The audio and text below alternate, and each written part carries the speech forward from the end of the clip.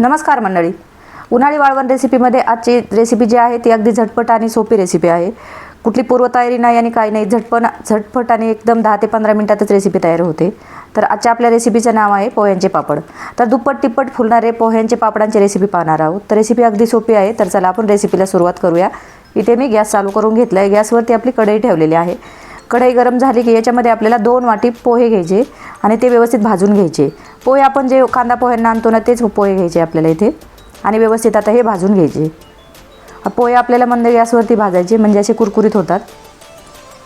तर आता मी व्यवस्थित हे पोहे जे आहेत ते भाजून घेते. तर पोहे भाजले की नाही हे समजण्यासाठी हे असे एकदम हाताला कुरकुरीत लागले ना, हातावर क्रश झाले की म्हणायचं आपले पोहे चांगले भाजलेले आहेत. तर आता मी हे जे एका प्लेटमध्ये काढून घेते. आता आपल्याला हे थंड करून घ्यायचे. तर आता आपले पोहे थंड झाले.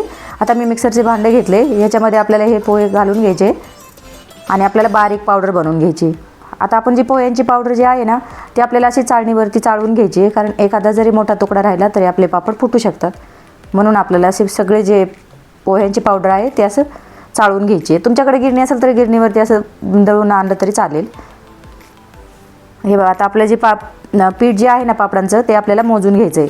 तर हे जे पीठ जे आहे ते आता माझं 2 वाटी भरलं आहे. तर आपल्याला पाण्याच्या अंदाजासाठी पीठ मोजून घ्यायचं. आपलं पोह्यांचं पीठ जे आहे ते आपलं 2 वाटी भरलं होतं. तर ह्याच्यासाठी आपल्याला 4 वाटी पाणी घ्यायचं आहे. पाणी एकदम परफेक्ट प्रमाण आहे. 2 वाटी असेल तर 4 वाटी आपल्याला पाणी घ्यायचं आहे. तर इथे आता मी मसाले घेतले. याच्यामध्ये 1 चमचा लाल तिखट घेतले, 1 चमचा तीळ घेतले, 1 चमचा पापडखार घेतला आणि चवीनुसार मीठ घेतले. आता हे जे सर्व मिश्रण आहे ते आपल्याला उकळत्या पाण्यात ॲड करून घ्यायचे. आता हे व्यवस्थित आपल्याला मिक्स करून घ्यायचं आहे आणि पाण्याला परत एकदा उकळी आणून घ्यायची. तर 1-2 ते 3 मिनटं फक्त लागतात उकळी यायला.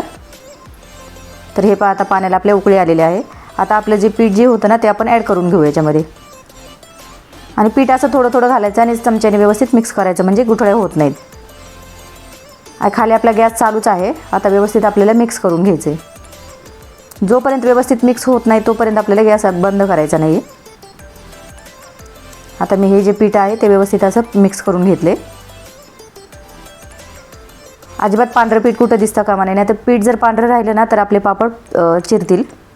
तर आता आपलं पीठ जे आहे ते व्यवस्थित असं मिक्स झालं आहे. आता मी गॅस बंद करून घेते.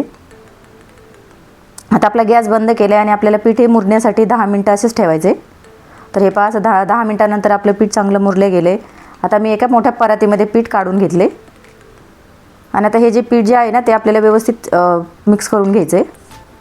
असं हाताने पहिले मिक्स करून घ्यायचं.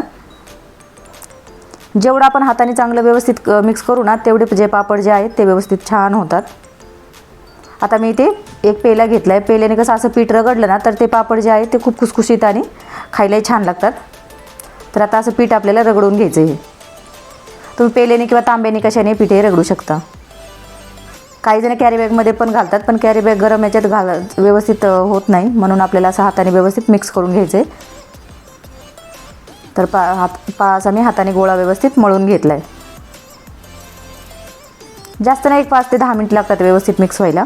पीठ थोडंसं गरम असतं ना म्हणून थोडंसं वेळ लागतो. तर आता आपलं पीठ तयार झालेलं आहे. आता आपण गोळे बनवून घेऊया याचे.